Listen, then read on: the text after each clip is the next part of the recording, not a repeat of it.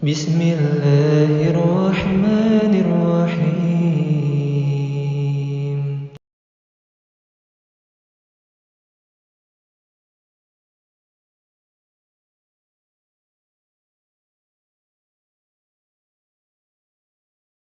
الله أكبر الله أكبر الله أكبر لا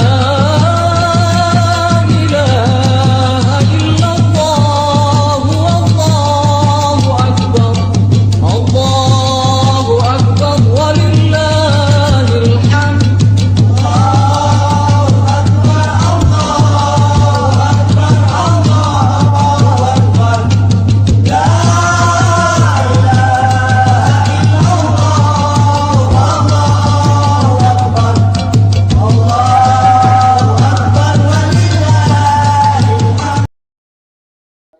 Assalamualaikum warahmatullahi wabarakatuh. Innal hamdalillah walhamdulillahi rabbil alamin wa bihi nasta'inu ala umuri dunya waddin.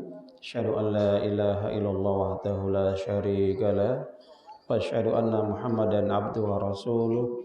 Allahumma salli wa sallim wa barik ala Muhammad wa ala alihi wa sahbihi ajma'in wa man tabi'ahum bi ihsanin ila yaumiddin. Usikum wa nafsi bi taqwallah faqad fazal muttaqun. Qala Allah ta'ala fi kitabihil karim, a'udzu billahi minasyaitonir rajim. Bismillahirrahmanirrahim. Ya ayyuhalladzina amanu taqullaha haqqa tuqatih wa la tamutunna illa wa antum muslimun. Ya ayyuhalladzina amanu kutiba alaikumus syiyam kama kutiba alal ladzina min qablikum la'allakum tattaqun. Wa qala Rasulullah sallallahu alaihi wasallam fi hadits syarif, ittaqillaha haitsu ma kunta wa bi sayyi'atil hasanata wa khaliqin nas bi khuluqin hasan. Man shoma ramadan thumma atba'a sittan min syawalin kana qasyamid dahr. Thumma qala khairukum man ta'allama al-Qur'ana wa 'allama. Iqra'ul Qur'an fa innahu ya'ti yaumal qiyamah syafi'a li ashabi. Rabbi shrah li sadri wa yassir li amri wa hlul 'uqdatam min lisani yafqahu qawli. Rabbi zidna ilma warzuqna fahma waj'alna minas sholihin. Amma ba'd. Allahu akbar, Allahu akbar, Allahu akbar, Allahu akbar walillahil hamd. Alhamdulillah, para jamaah salat Idul Fitri yang dimuliakan oleh Allah Ta'ala.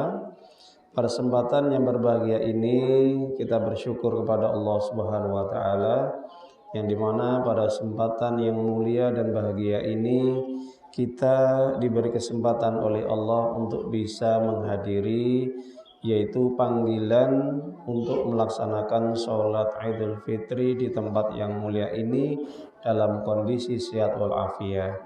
Dan alhamdulillah pada hari ini seluruh kaum muslimin di seluruh segenap penjuru menunaikan ibadah sholat Idul Fitri dengan mengumandangkan takbir, tahlil, tahmid, dan juga mereka senantiasa untuk berdoa, berzikir kepada Allah dan minta ampun kepada Allah dalam suasana yang bahagia ini. Marilah kita senantiasa untuk tetap meningkatkan rasa syukur kita kepada Allah. Salah satu bentuk perwujudan syukur adalah dengan menggunakan seluruh anugerah yang Allah berikan untuk senantiasa kita beribadah kepada Allah, sehingga semakin banyak nikmat yang kita terima, maka akan semakin kita menjadi orang yang taat kepada Allah. Yang kedua, salat dan salam senantiasa tercurahkan kepada junjungan Nabi kita yang mulia, Nabi Muhammad SAW, yang dimana beliau menjadi suri teladan yang paling utama yang harus kita tiru, yang harus kita contoh dalam segala aspek kehidupan kita kalau kita menjadi orang muslim yang baik dan benar. Kenapa?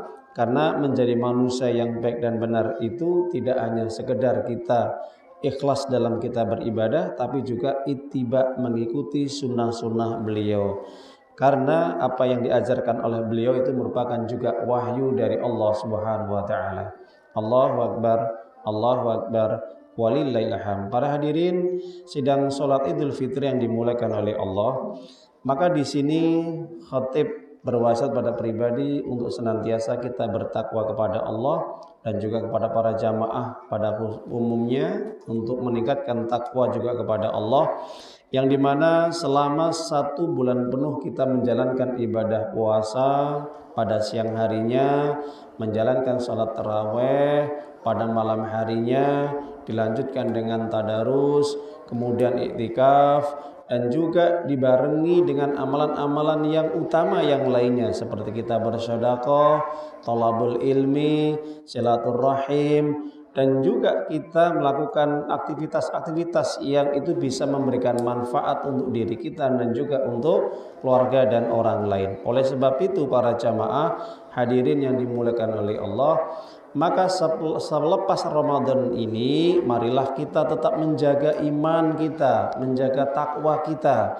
Jangan sampai iman kita, jangan sampai amal ibadah kita yang selama 1 bulan penuh kita pupuk kemudian habis, rusak, hilang, pudar. Disebabkan karena apa?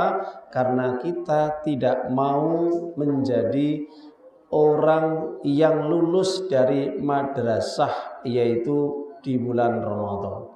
Maka di bulan Ramadan merupakan bulan untuk menggembleng, mendidik kita menjadi Rabbaniyin. Apa itu Rabbaniyin? Rabbaniyin adalah hamba-hamba yang senantiasa taat kepada Allah sepanjang hidupnya. Hamba-hamba yang senantiasa ibadah kepada Allah sampai dia meninggal dunia.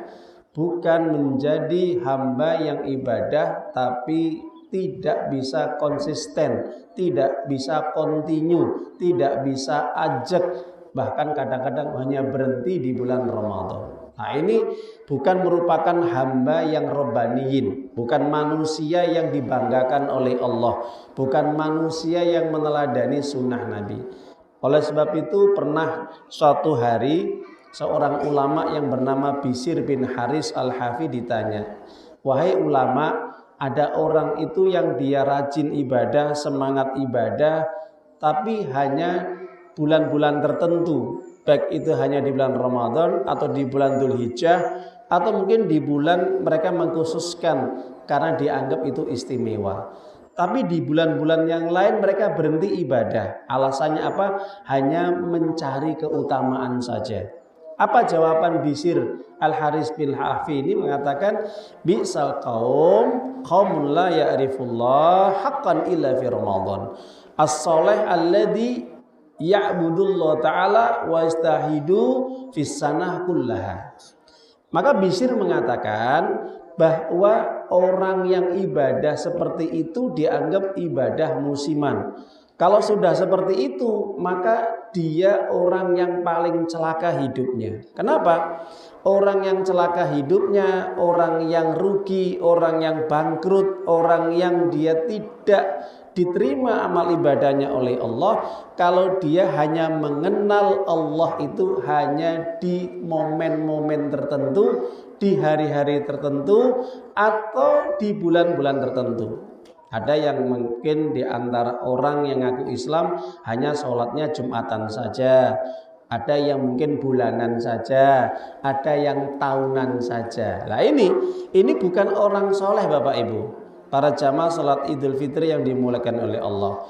Jadi orang yang hanya mengenal Allah, beribadah kepada Allah itu hanya di bulan Ramadan saja, maka dianggap itu bukan orang soleh. Jadi orang soleh yang bagaimana? Orang soleh itu yang ibadah kepada Allah itu sepanjang zaman, sepanjang hidupnya sampai meninggal dunia. Makanya pesan Allah di dalam surat Al-Hijr ayat yang ke-99 ayat yang 15, wa'bud rabbaka hatta ya'tiyakal yakin. Ibadahlah kepada Allah sampai kamu dipanggil sama Allah. Bayangkan, perhatikan ayat ini. Jadi Allah memerintahkan kepada kita kalau kita ibadah kepada Allah sampai Allah memanggil kita. Artinya apa? Wafat, meninggal dunia. Selama Allah belum memanggil kita, kematian kita, jangan berhenti ibadah. Ingat Bapak Ibu nggih? Kalau kita belum dipanggil sama Allah, jangan pernah pensiun untuk ibadah. Mungkin kalau orang kerja pensiun itu sesuatu yang sudah menjadi aturan. ya. Tapi urusan akhirat jangan sampai kita menentukan hidup kita. Yang menentukan hidup kita itu hanya Allah. Jelas Bapak Ibu nggih? Makanya kalau kita betul-betul taat kepada Allah, bertakwa kepada Allah, maka ibadahlah kepada Allah sepanjang hayat kita. Makanya dari situlah fungsi dan tujuan kita diperintahkan untuk berpuasa di bulan Ramadan. Tujuannya apa? Meraih gelar takwa. Ya ayyuhalladzina amanu kutiba alaikumusiyam kama kutiba alal ladzina min qablikum la'allakum tattaqun. Jadi orang yang berpuasa itu tidak sekedar menahan lapar, makan, minum, hubungan suami istri dan pembatal yang lain. Tapi yang paling penting itu Allah akan melihat ketika kamu puasa kamu itu berkualitas tidak. Selama kamu puasa itu kamu menjaga kewajiban-kewajiban yang lain. Kamu jaga sholat 5 waktunya. Ayo. Ada kadang-kadang yang puasa tidak sholat, banyak di masyarakat kita. Kadang-kadang puasa tapi males terawih. Ada orang yang puasa malam harinya dia lebih enak enjoy menikmati belanja di mall, supermarket, atau jalan-jalan atau ngabuburit atau mungkin hanya jalan-jalan saja. Bahkan mereka hanya nongkrong di warung-warung atau di dalam rumah sibuk dengan HP. Mereka meninggalkan sholat tarawihnya. Padahal sholat tarawih itu identik dengan puasa di bulan Ramadan. Orang yang sholat tarawih itu insya Allah dia akan diterima ibadah puasanya dan mendapatkan Lailatul Qadar. Kenapa? Karena orang yang sholat isya ini dia akan mendapatkan pahala setengah malam pahalanya. Ditambah ketika sholat subuh 1 malam penuh. Makanya disitulah Rasulullah mengatakan man sholal isya fi jama'atin faka'annama qama nisfal lail. Barang siapa yang dia sholat isya berjamaah maka dia seperti sholat selama setengah malam. Rasulullah kemudian menjelaskan man qama ma'al imam hatta yansarifa kutiba lahu qiyamal laila. Barang siapa yang dia sholat bersama imam berjamaah ketika sholat tarawih atau sholat malam, maka dia dicatat sebagaimana sholat semalam suntuk lah. Kalau orang tidak mau sholat tarawih di malam harinya, bagaimana dia mendapatkan pahala yang besar? Bagaimana puasanya akan diakui sama Allah? Bagaimana dia mendapatkan Lailatul Qadar? Makanya masih banyak orang malas-malesan Mbak Bu ya, sholat berjamaah, terutama sholat wajibnya ditinggalkan. Apalagi sholat tarawih, padahal sholat tarawih itu sunnah, yang wajib malah ditinggalkan. Ini musibah. Allahu Akbar, Allahu Akbar, walillahil hamd. Itulah kondisi para jamaah Ibu ketika dia tidak memahami Al-Quran, tidak memahami agama, maka banyak saudara-saudara kita ini puasa ini sebatas hanya menggugurkan apa? Kewajiban. Makanya Al-Quran menjelaskan kalau kita pengen diterima diakui ibadah puasa kita di bulan Ramadan yang sudah kita jalankan selama 1 bulan penuh, maka cita-cita kita ini cuma satu, la'allakum tattaqun. Apa? Meraih gelar takwa. Takwa tidak bisa kita jalankan kalau tidak di dalam diri kita ini apa? 4 hal. 1, takut kepada Allah. Takut kita berbuat maksiat, takut kita meninggalkan perintah kewajiban Allah, takut kita melakukan perbuatan-perbuatan yang haram, takut kita tidak mau melakukan hal-hal yang itu diwajibkan oleh Allah. Itu takut. Ya, jadi kalau kita masih belum ada takut dalam diri kita, ini belum dianggap kita takwa, Bapak Ibu. Takut tidak sholat, takut tidak mau sholat, ya toh? Nah itu. Dia tidak takut ketika dia meninggalkan sholat. Dia tidak takut ketika membuka auratnya bagi ibu-ibu ataupun ummahat, wanita-wanita. Dia tidak takut ketika ada para pemuda-pemudi pacaran di pinggir jalan. Dia tidak takut minum minuman khamr. Dia tidak takut melakukan perbuatan-perbuatan cabul atau haram. Dan dia tidak takut ketika melihat tontonan-tontonan di HP-nya. Ini orang seperti ini bukan dianggap bertakwa, Bapak Ibu. Ayo coba, selama bulan Ramadan kita takut nggak kepada Allah? Selama di bulan Ramadan kita masih berbuat maksiat, ini tandanya kita belum bisa meraih gelar takwa, Bapak Ibu. Coba kalau kita lihat saudara kita yang di Palestina, mereka itu takutnya kepada siapa? Takutnya hanya kepada Allah. Ketika ada seorang bapak-bapak yang sudah tua ini, di saat ketika mereka kekurangan tidak ada makanan, diembargo oleh Israel, warga Palestina di Rafah dan juga di Gaza. Bapak ini kan kondisinya lemah. Kenapa kok tetap puasa padahal tidak ada makanan? Apa kata Pak? Saya hanya takut kepada Allah. Jangan sampai saya meninggalkan kewajiban puasa. Tetap puasa Bapak Ibu. Padahal kondisinya genting ya di Palestina. Coba kita di sini. Makanan ada, tinggal kita pilih yang enak ya. Semuanya tersedia. Kurang kita bisa beli. Coba. Yang di sana yang kondisinya kekurangan, penderitaan, ujian yang berat, masih takut kepada Allah. Bahkan yang luar biasa, mereka menjalankan sholat tarawih berjamaah, bahkan penuh Bapak Ibu. Masya Allah. Allahu Akbar. Allahu Akbar. Walillahil hamd. Ini. Jadi para jamaah, agar kita ini betul-betul diakui ibadah puasa kita dan ibadah-ibadah yang lainnya di bulan Ramadan kemarin, maka yang pertama adalah ada rasa takut. Nah, takut ini kira-kira kita bawa sampai meninggal atau cukup di bulan Ramadan? Kalau nanti setelah Ramadan kita tidak punya rasa takut kepada Allah lagi, ini tandanya kita ini ibadahnya itu hanya main-main saja. Takut di bulan Ramadan, setelah Ramadan kita maksiat kembali. Setelah Ramadan kita rusak ibadah puasa kita. Kita kembali kepada teman-teman yang tidak baik. Kita suka meninggalkan sholat. Bahkan kita mengabaikan sholat berjamaah. Dianggap itu tidak penting.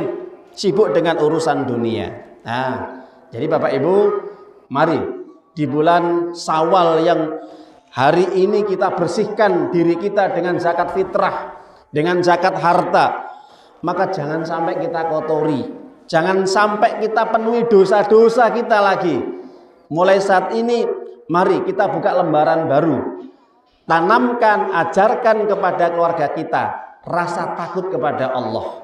Jangan sampai di dalam keluarga kita ada satupun keluarga yang mengabaikan perintah Allah, meninggalkan perintah Allah.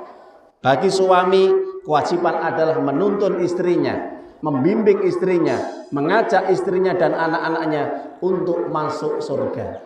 Jelas Bapak Ibu ya? Jadi bagi suami ini, ajak keluarga untuk masuk surga. Sudah waktunya kita untuk berbenah-benah diri, mempersiapkan bekal untuk menyambut apa? Kematian.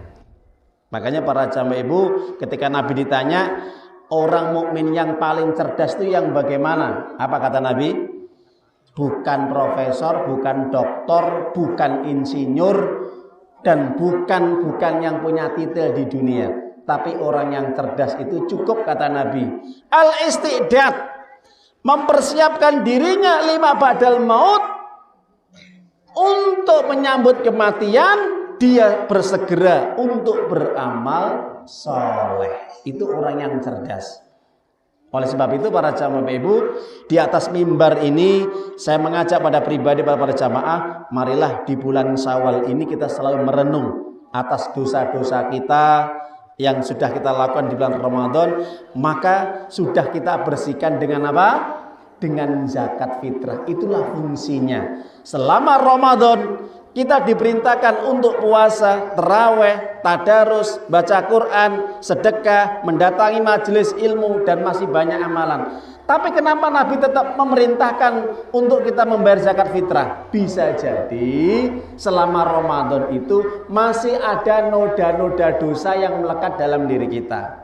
Bisa jadi Pak Bu ya, kita masih ada ujub, riya, dengki, sombong, benci, dan penyakit-penyakit hati yang lain. Makanya itulah fungsinya zakat fitrah atau zakat harta itu diberikan oleh Allah dan Rasulnya bila sudah masa haul atau di akhir Ramadan fitrahnya untuk dibayarkan. Supaya apa? Agar nanti kita masuk bulan Syawal ini dalam kondisi bersih seperti bayi yang lahir dari ibunya. Oleh sebab itu sekali lagi kepada para jamaah Ibu, tidak banyak saya menyampaikan. Mudah-mudahan nasihat ini bisa memberikan semangat kepada kita bahwa hidup kita sekali, jangan pernah kita sia-siakan. Jangan menganggap kita masih lama hidup kita. Bisa jadi ini Ramadan terakhir kita. Makanya para ulama dulu setiap dia ini memasuki bulan Syawal dan akhir Ramadan, mereka sedih begitu palangnya. Kenapa? Karena takut amal ibadah mereka tidak diterima selama bulan Ramadan. Itu orang-orang soleh terdahulu ya. Beda dengan sekarang. Apa yang terjadi?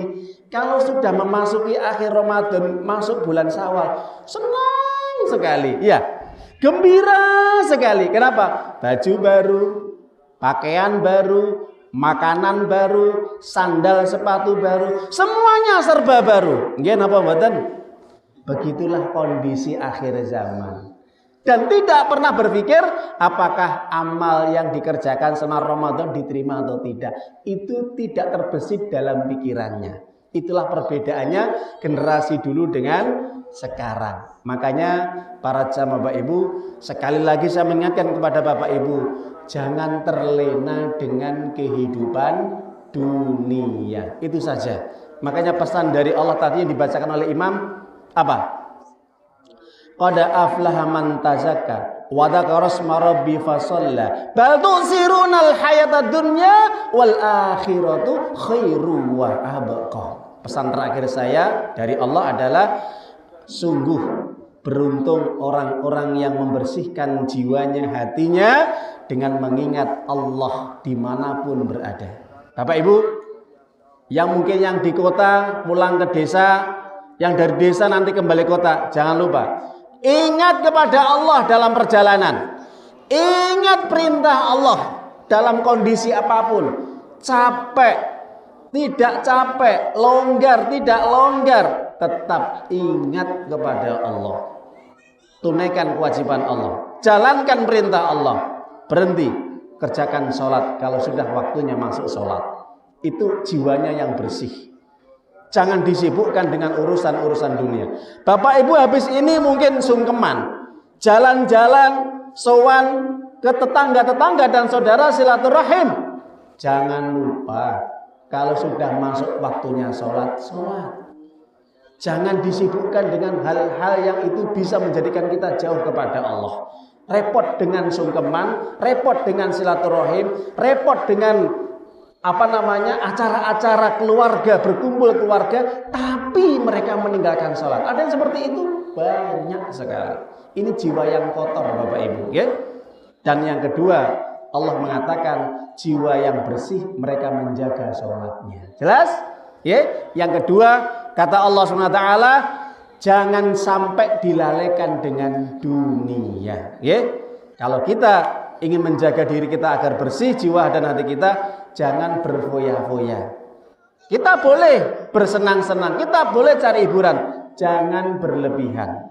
Baik makanan, pakaian, atau permainan, atau mungkin kita main kemanapun, jangan berlebihan. Ya, tetap kita jaga saudara kita yang masih kekurangan, keluarkan sedekah, keluarkan infak kita. Ya. Kemudian yang terakhir pesan Allah, akhirat itu lebih kekal daripada dunia. Ingat, dimanapun kita berada, selalu mengingat kehidupan akhirat. Kenapa? Tempat tinggal kita bukan di dunia, tapi tempat tinggal kita adalah negeri abadi di akhirat.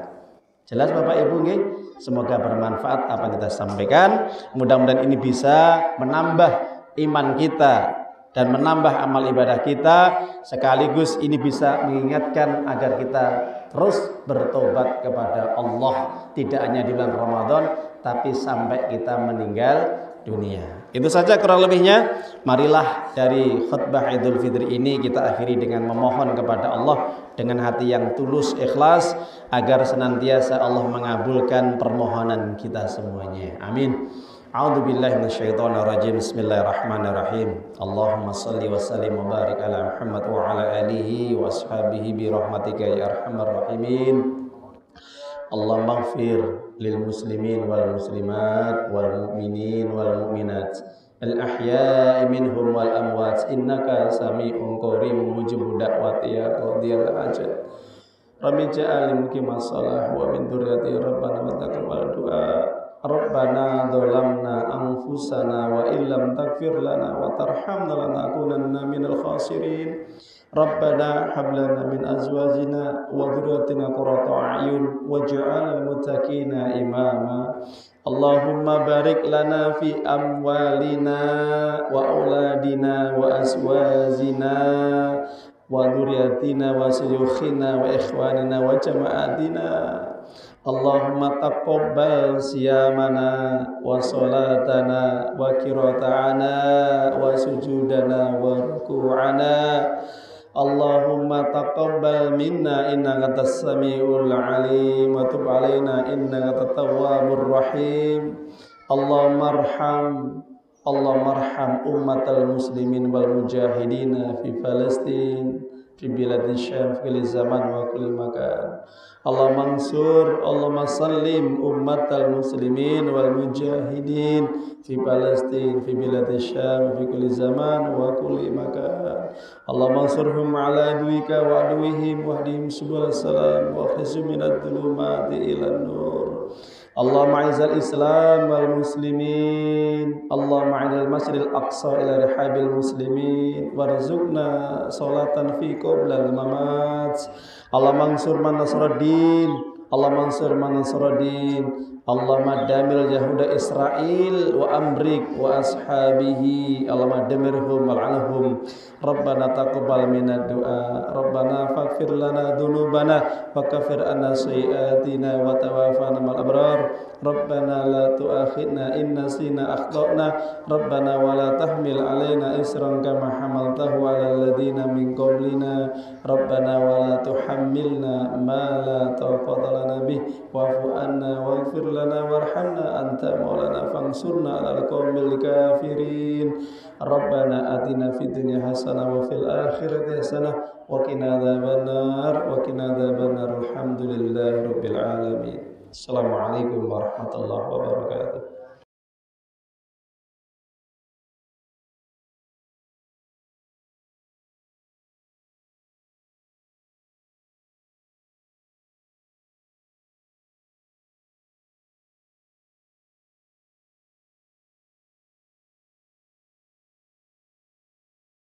يا أيها الذين آمنوا